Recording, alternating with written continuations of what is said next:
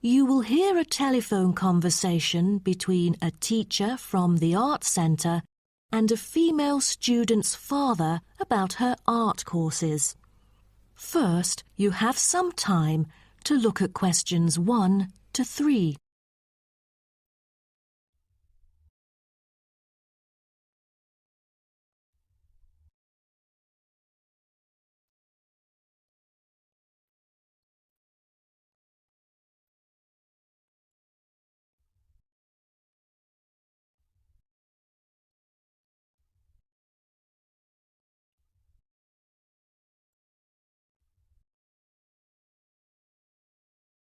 Now we shall begin.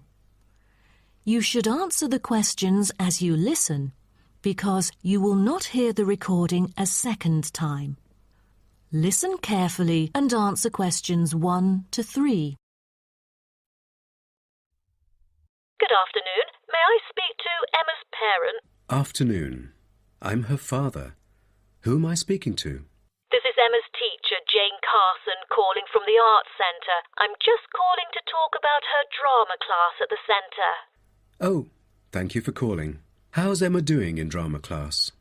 You know, she just transferred here last month, unlike the others in her class who have been taking the course the whole semester since June. So I'm a bit worried that she might not fit in so well. There's no need to worry. She exhibits a strong performance in her drama class. Is that so? Yes, she didn't adapt to the new environment as quickly as I originally expected, and seemed a bit shy at first, but a few days later she made a couple of friends and became more talkative and also more involved in class. Emma really is a role model for others because she has always been an active participant during class. She voices her own ideas and is very creative. I didn't expect that, but I can tell that she really enjoys the course because she's been talking about it at home frequently these past few weeks. That's great to hear. Interest is always the best teacher. I also have to inform you that there's been an adjustment in the timetable of the drama class next term. Why is that? It's not that the music room that we currently use isn't available. As there are too many enrolling for the coming semester, increased class size means that space is limited to house the whole class. Also, the new classroom we use is not available during the current time frame, so I'm afraid we have to change the time for it. I see. So when would it be? As you know, the current class begins at 3:15, but the new time of the drama class would be 4:45. I'm afraid I have errands to run during that time. On the other campus, the class still begins at 3:15, but for the campus Emma goes to, it is the only time available for drama class. Oh, I see. I have to make adjustments to my course schedule then. No problem. Before you hear the rest of the conversation, you have some time to look at questions 4 to 10.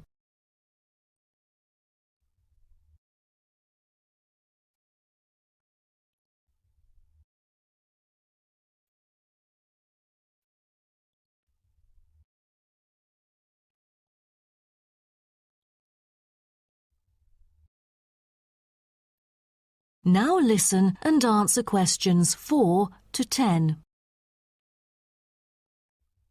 Miss Carson, I'm thinking about signing Emma up for another art course. I'm thinking about dance class. Dance class is a popular course here, a great choice for a child to shape up and have fun. But unfortunately, it is oversubscribed at the moment. I have to put you on the waiting list. That's too bad. What else can I choose from then? Could you give me some advice? Sure. Emma could take singing class as well. This would improve her musicality. Sounds good. When is that? It is held every Friday evening. That's too bad. Emma already has a swimming class earlier that evening. It will be too late for her to come home if she takes this course. There is also a vocal course available. Emma's got a great voice. I'm sure she'll stand out in the class. Tell me about it. The vocal course starts at 4:30 p.m. every Tuesday. It isn't fully booked yet. Great teacher, experienced and beloved by students. The price is a bit higher though. How much is it? It's $110. Oh, that's too much. Way over our budget. We have to cover the extra cost if we choose it. Or maybe Emma could take music class. What is it about?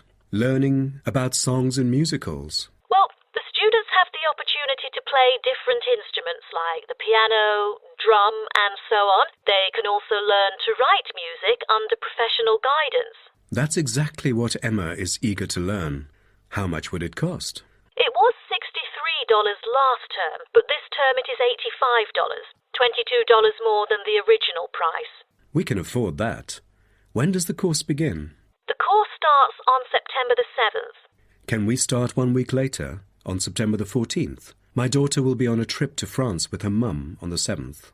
No problem, and the teacher for the class is Jamal Curtis. Just contact him if you have any further questions regarding the course.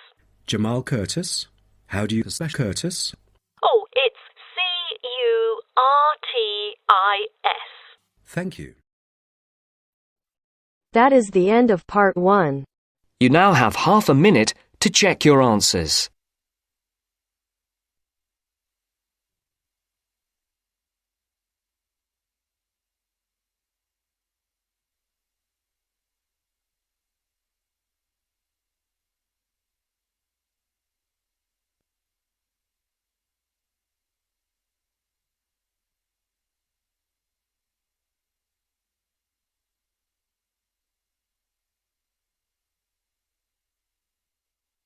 Now turns to part 2. Part 2.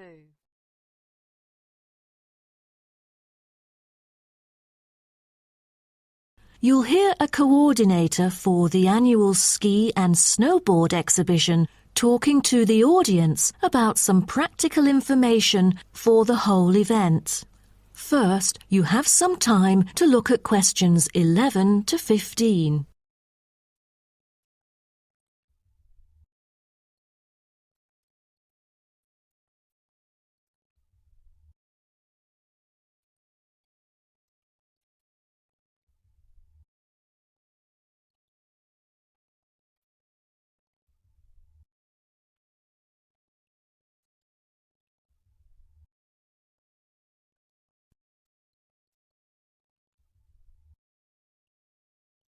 Now, listen carefully and answer questions 11 to 15.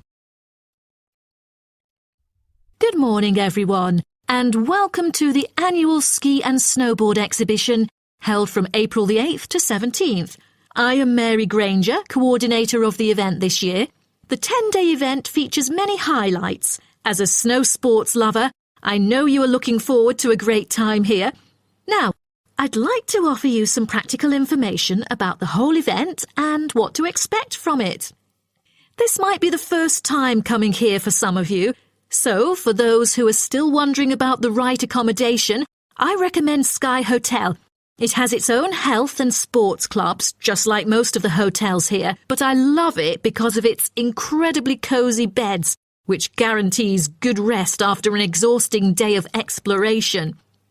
If you haven't brought your own equipment, like poles, boots and skis, they are available for purchase or rent at Ski Set or Snow Rental.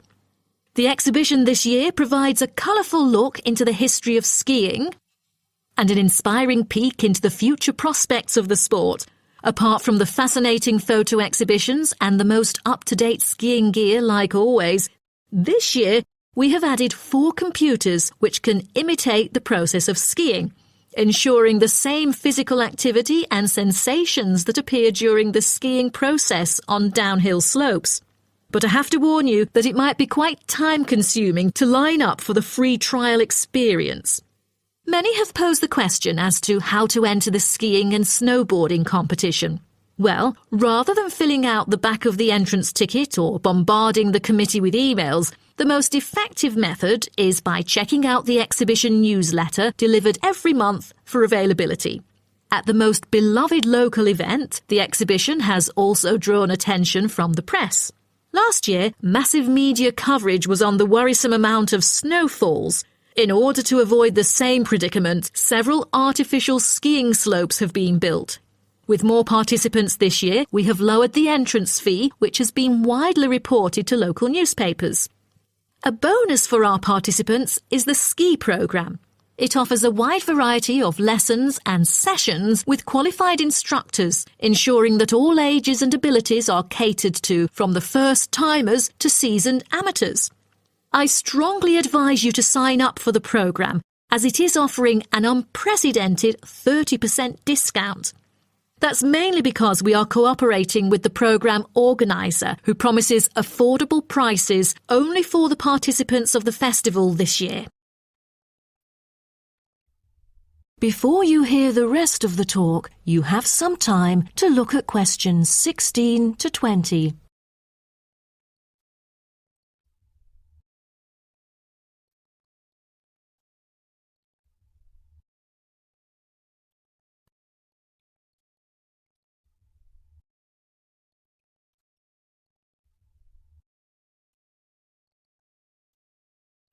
Now listen and answer questions 16 to 20. Now, I would like to introduce you to the list of presentations during the following week so that you can better plan your schedule. The first presenter, Simon, is one of our best ski instructors. As an experienced instructor, he will inform you about the dangers that face skiers and snowboarders. Accidents happen mostly to those who are careless or ignorant. Good risk management involves considering both the probability and consequences of an accident. The next speech, titled Solution, is given by Jamie Kurt. A list of problems may occur to novice skiers and snowboarders, so he is going to offer useful information for first-timers on choosing the appropriate gears, the right dress code, and ways of protecting your skin.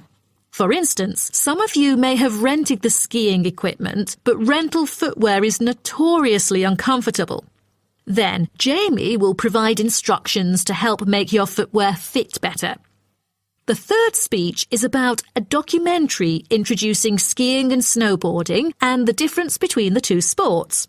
It also depicts a group of snow lovers exploring new slopes with breathtaking views. The director, Andy Fisher, will be there, addressing the whole shooting experience. The fourth talk is about the tricks of skiing, presented by Harry Tyson. It is most useful for those who have already tried skiing, yet still need more practice to master the sport. Harry will teach you how to turn more skillfully. A lot of people can keep their skis roughly parallel, but there's no point if you make it hard to work with and slide around out of control. Useful exercises will also be suggested to improve your parallel skiing technique so that you can tackle steeper slopes and enjoy yourself more. Jason Smith will be the last presenter, mainly addressing towards advanced skiers. He manages to apply snow climbing into skiing. Climbing in soft snow, you are floundering around. Walking becomes harder. So, a good trick during climbing is to maintain a wider gait, approximately shoulder width, so that you are more stable while walking. This works for skiing as well. That is the end of part 2. You now have half a minute to check your answers.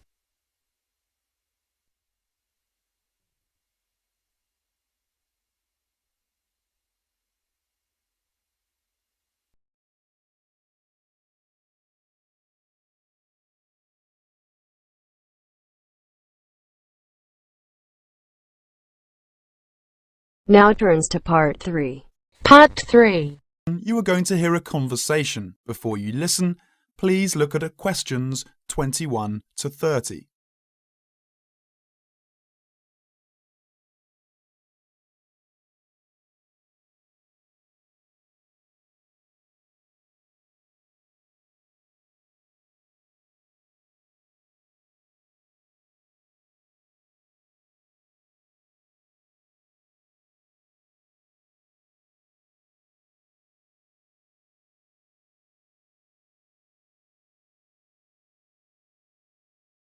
Now listen to the conversation and answer questions 21 to 30. I'm going to speak to Eric this afternoon, the Central University's Environment and Resources Professor. Good afternoon, Eric. Good afternoon, Jane.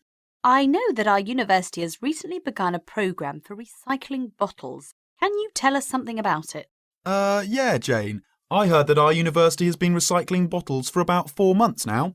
And in fact, it's totally voluntary, and we find that most members are students, and they all agree that there's lots of need for it. And in fact, many people ever do some recycling in their home.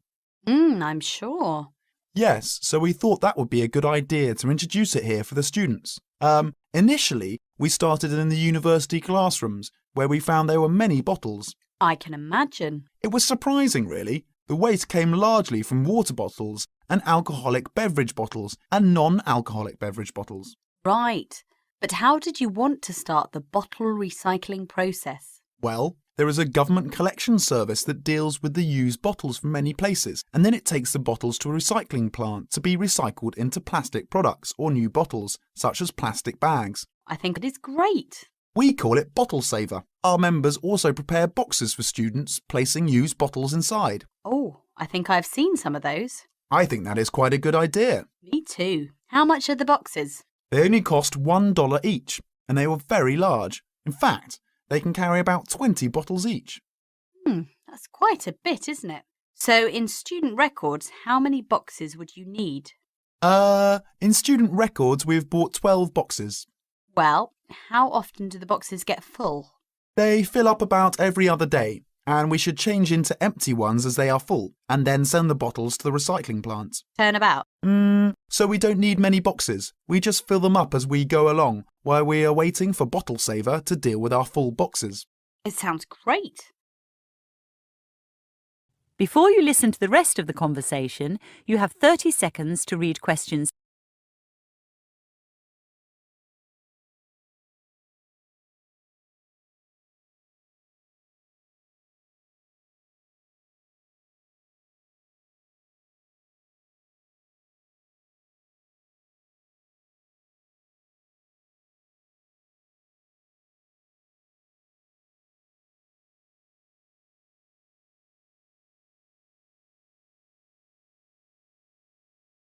And do you think people would like to use the used bottles as well? In theory, we would like to think so. I think so. But in fact, that is a slight problem. We encourage people to do this by having 3 different ways.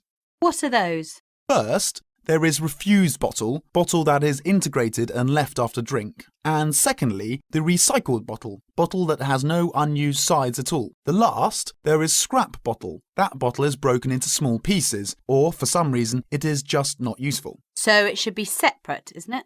Yeah, it is separate. And to answer your question, we encourage people to use the refused bottles and try to use them to carry something. The other bottles can be given to Bottle Saver for recycling. That's good. There are many ways for people to use bottles. Do you ever find anything undesirable in the boxes? Sometimes. For example? Well, there have been things like orange peels, bags of socks, and waste paper. Once students found a wallet in the boxes. That sounds not bad.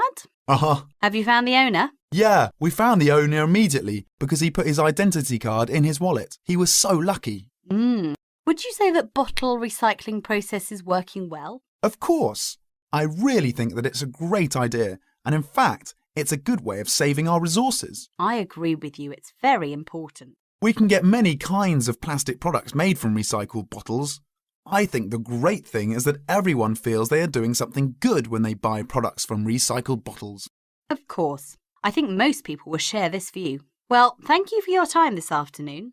The thing you share with us is interesting, and let's hope people in our university all join in the Bottle Saver. Thank you. That is the end of part 3. You now have half a minute to check your answers.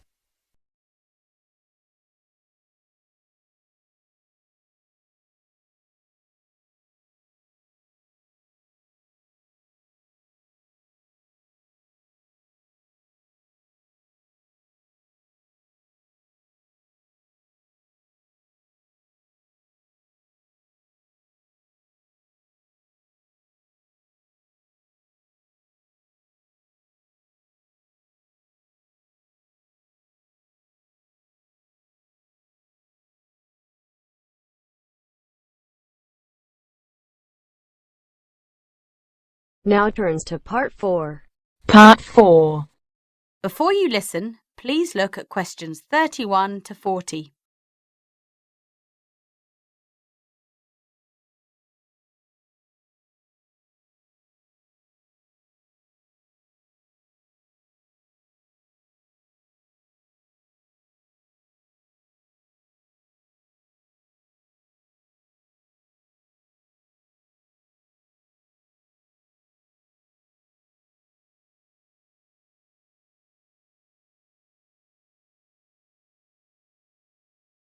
Now listen to the lecture and answer questions 31 to 40.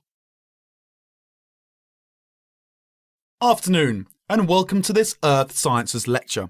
Today we're going to look at tidal waves, or more correctly, tsunami. Deep below the ocean's surface, tectonic plates collide, and every once in a while, these forces produce an earthquake. The energy of such submarine earthquakes can produce tidal waves, which radiate out in all directions from the epicenter of the quake, moving at speeds of up to 500 miles per hour. When these waves reach shore, they can cause enormous destruction and loss of life. Tidal waves are actually misnamed. They are not caused by tides. A more accurate word for them is the Japanese name tsunami, which means harbour wave. They are also sometimes called seismic sea waves, since they can be caused by seismic disturbances such as submarine quakes. However, that name is not really accurate either, since tsunami can also be caused by landslides, volcanic eruptions, nuclear explosions, and even impacts of objects from outer space, such as meteorites, asteroids, and comets. Earthquakes, though, are the largest cause of tsunami. Tectonic plates cover the world's surface, and their movement can be detected anywhere in the world. Some areas of the world are more prone to greater movement, and it is in these places that the largest waves can occur. Large vertical movements of the Earth's crust occur at plate boundaries, which are known as faults. The Pacific Ocean's denser oceanic plates are often known to slip under continental plates in a process known as subduction, and subduction earthquakes are the most effective in generating tsunamis. A tsunami can be generated by any disturbance that displaces a large water mass from its equilibrium position. In the case of earthquake-generated tsunamis, the water column is disturbed by the uplift or subsidence of the sea floor. Submarine landslides, which often accompany large earthquakes, as well as collapses of volcanic edifices, can also disturb the overlying water column as sediment and rock slump down and are redistributed across the sea floor. Violent submarine volcanic eruptions can create an impulsive force that uplifts the water column